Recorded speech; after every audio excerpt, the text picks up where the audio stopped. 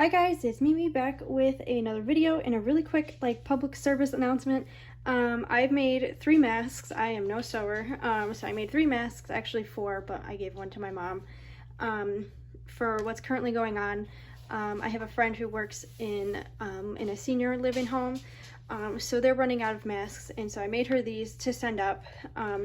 And I'll be honest, since I don't sew, this was really difficult, and I never know how to use the sewing machine right.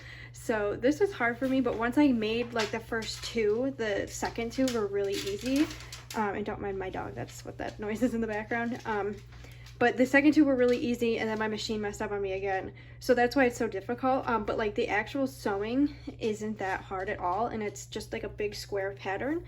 But I'll put the link down below of what pattern I followed a video. I'll put that video down below.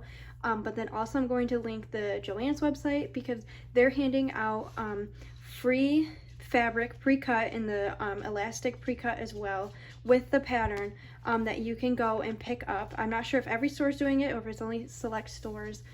But I'll put it down below so you guys can check it out. And they're doing like curbside pickup, so you just tell them, I'm assuming, how many you want, and then they'll drop it off and you can sew them, and then you bring them back to them, and then they distribute them to the hospitals. So if you know how to sew, that would be a really great way to spend your time during this quarantine. If you've got some extra time and don't know what to do and want to do something to help, that would be great. Unfortunately, my career of sewing face masks end here, just because I just don't know what I'm doing.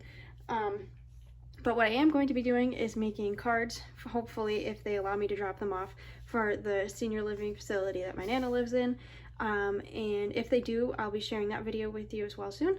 So yeah, make sure you subscribe and comment down below what you're doing to stay busy while we're, dealing with this coronavirus. So I'll see you guys in the next video.